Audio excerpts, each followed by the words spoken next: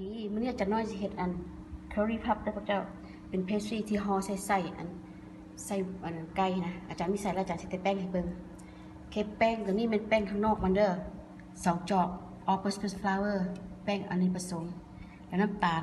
1/3 คัพแล้วเกลือครึ่งบวงกาแฟแล้วมีน้ำมัน1/3 คัพโอเคแล้วตัวนี้ใส่ในมันแม่น all purpose flour เดียวกันแล้วมีจอกนึงน้ำมัน1/3 คัพ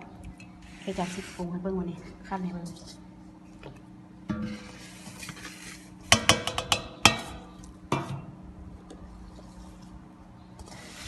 โอ้อาจารย์ลืมบอกมันมีน้ำปุ่นใส่นี่แฮบครับอาจารย์พระใส่เถื่อปรุงไปก่อน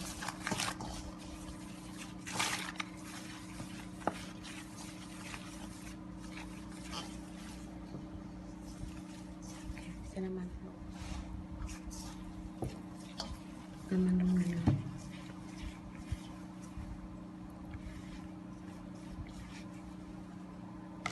เป็นยังใช้น้ำปุ่นใส่เพราะว่าให้มันกรอบ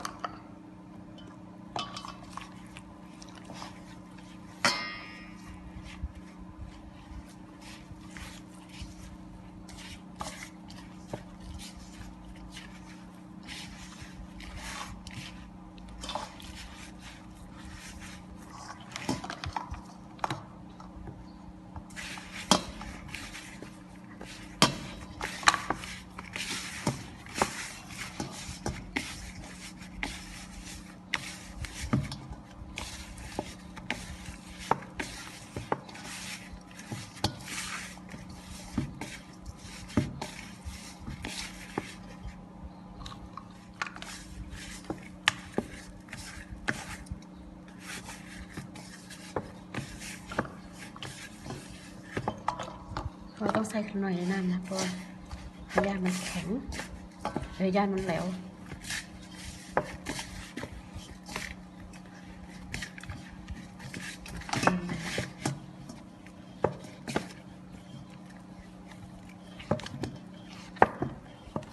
เริ่มได้ถึงนวดไป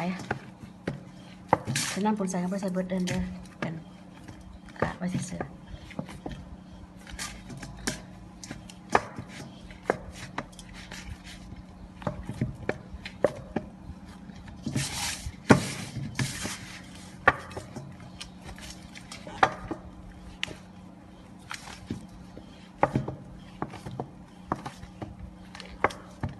เข้ากันเบิร์ด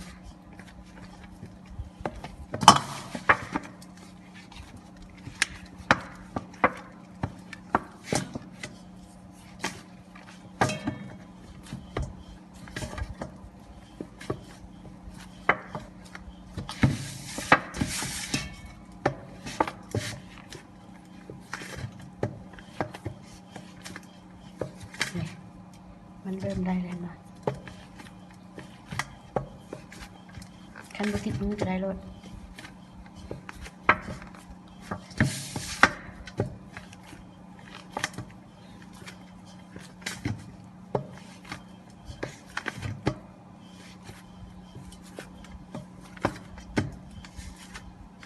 นี่ได้แล้ว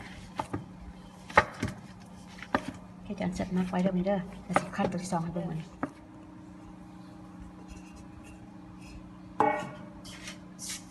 น้ำมันใส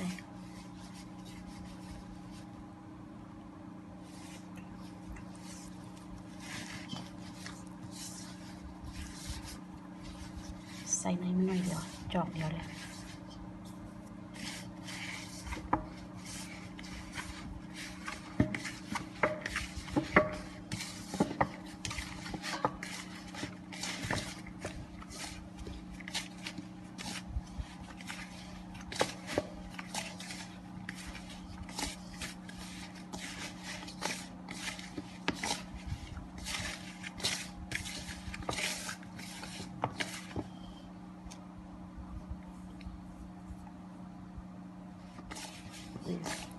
ใส่ในแบบนี้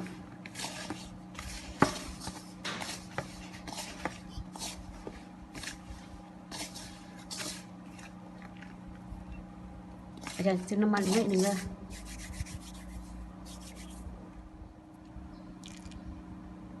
เติมอีกหน่อยนึงพร้อมคันได้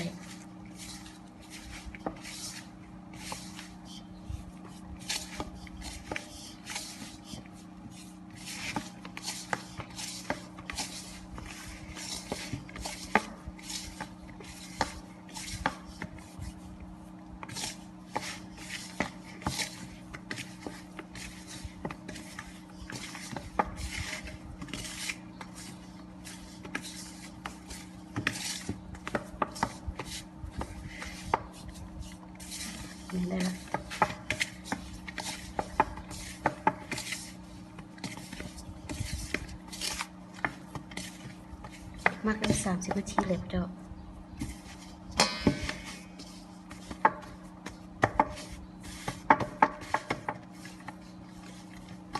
โอเคใส่ในมันต้องเป็นสีได้มันบติดกันมันทำแบบห่อใส่แป้งมันในห่อไว้สิเด้อแป้ง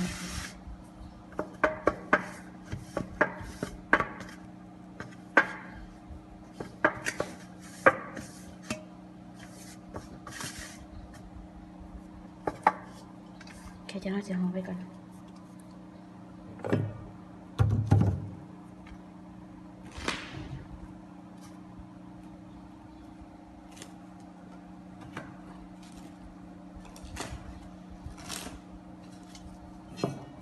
อีก30 นาทีมาเบิ่งกันมาดิใส่นอกเลยเด้อ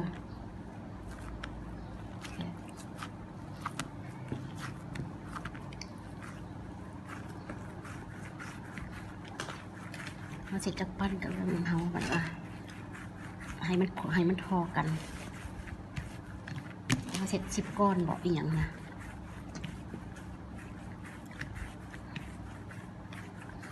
ว่าใส่นอกหน่อยเด้ใส่ในมันหน่อย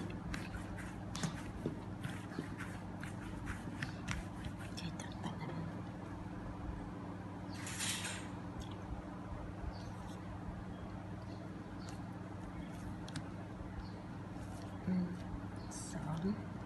3 4 5 7 8 9 10 ก้อนใส่ในมันนี่เขาก็ต้องทำมี10 ก้อนเลยมันทอกัน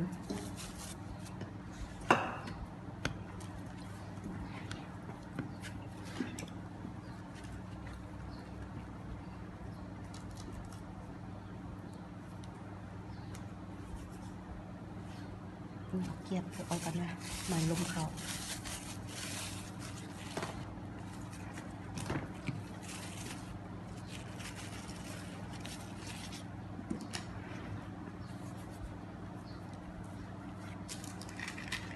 ทั้งใส่นอก10ทั้งใส่ในก็ต้อง10เด้อเจ้า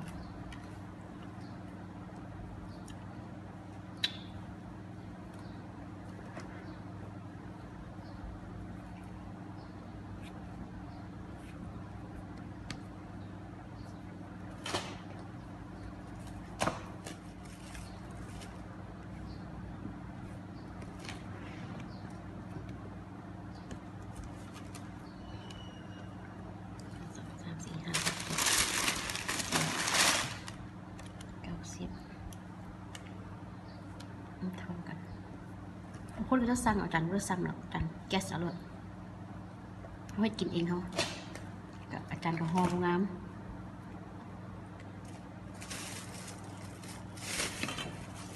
โอเคนี่ฮอต10 ก้อนออกไว้อันนี้ตัวนี้มาลิงมัน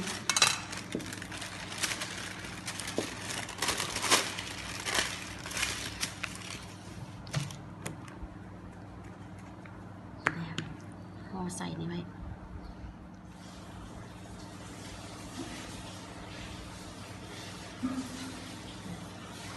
เอาไว้แล้วก็ปัดไป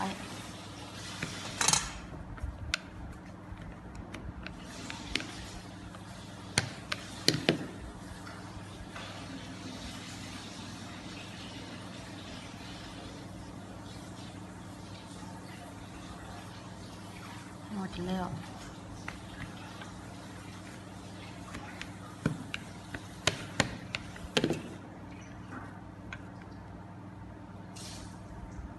อาจารย์เฮ็ดแล้วอาจารย์แชร์เบิ่งนำเด้อ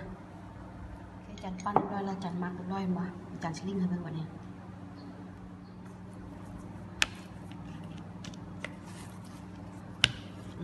ยาว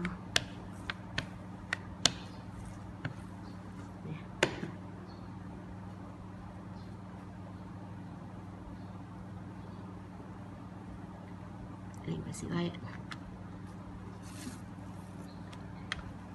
ลิงมาจังกับมืดมันมาลิงใหม่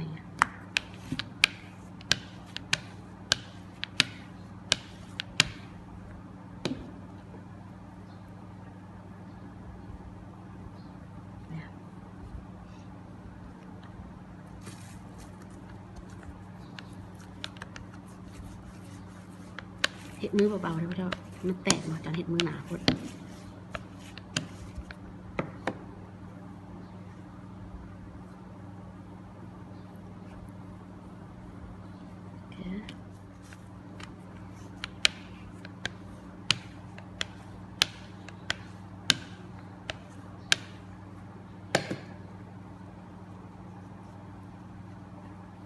แบบนี้ปิ้งไปทีละอันแล้วเขาปิ้งมาแบบนี้ปิ้งมาแบบนี้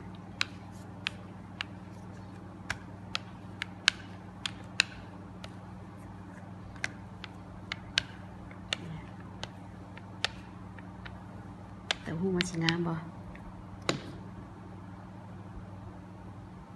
นี่แล้วให้ปิ้งนี่อีก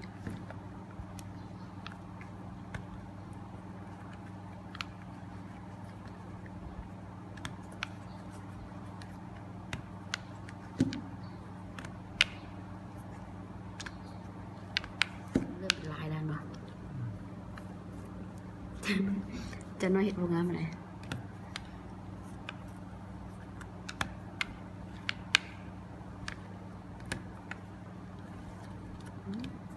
โอ้ใส่มันออกมานอกไปนะรู้สึกละเห็ดผิดละ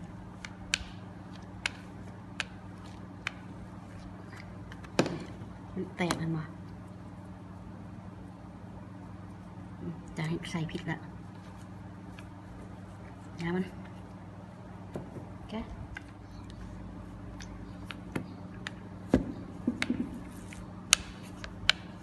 นี่มันเป็นตัดมันมาเนี่ยแล้วก็ลิงมันเนี่ยข้างในมันดูเป็นลายสับมันน้อยพอดนะครับพับสิเดี๋ยวใส่มันละจันนะ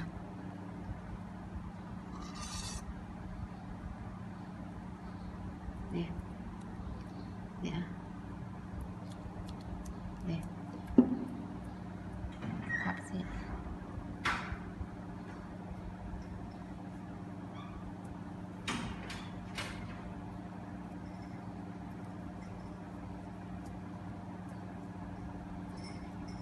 โอเคจัดจืดในเบอร์เดอร์แล้วกัน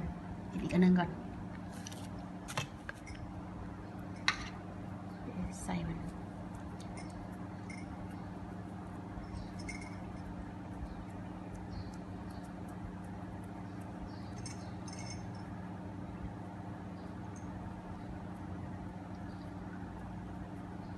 จะน้อยเห็ดแป้งโบงามไปไหนพี่เจ้า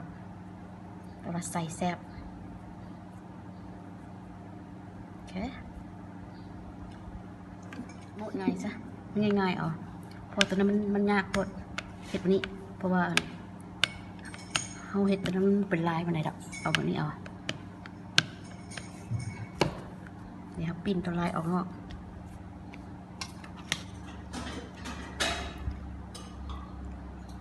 เอาใส่พายาหูว่าใส่เห็ดอันใดนะไปเบิ้งของอาจารย์น้อยเด้ออาจารย์น้อยเห็ดใส่เรียบร้อยแล้ว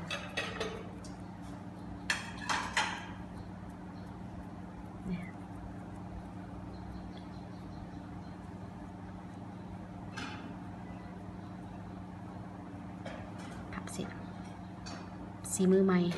เนื้อเห็ดไปเห็ดมากับงามมาเนี่ย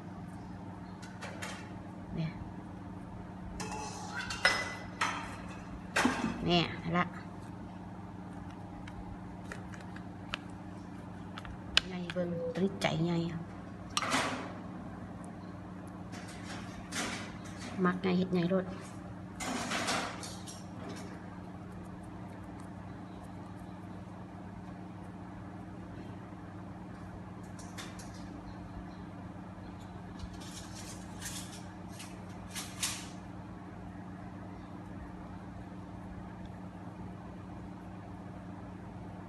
เนี่ยที่การสังเกตในเบื้องบนนี้ที่มันแตกไปข้างเดียวแล้ว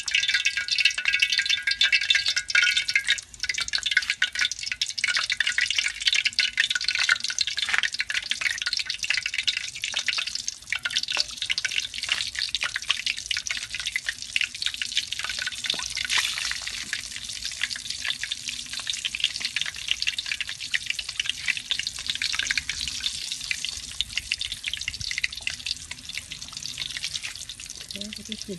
ไปแห้งเด้อ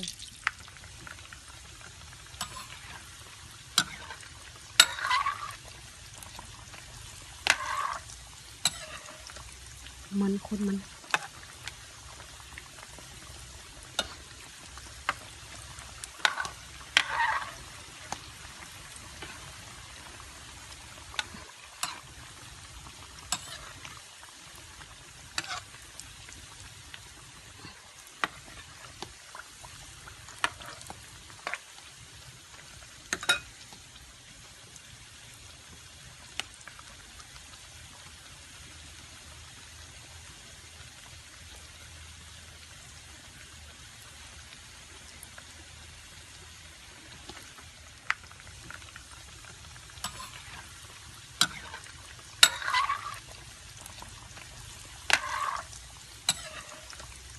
นคนมัน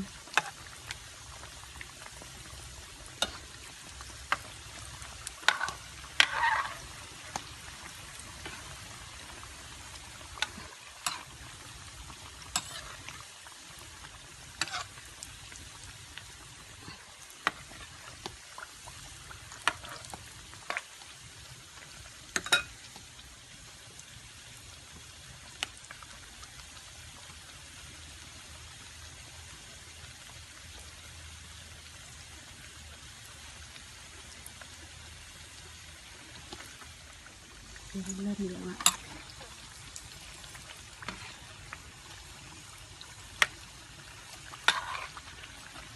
น่าจะน่าจะเอาละ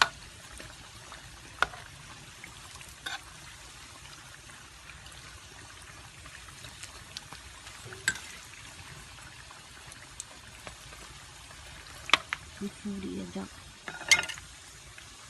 น่าจะเอาเด้อเขาที่พับของกันน้อยกันแล้วเรียบร้อยเด้อห้องนี้เจ้าเก็บเลยเดี๋ยวใส่มันซีมันดูแซ่บบ่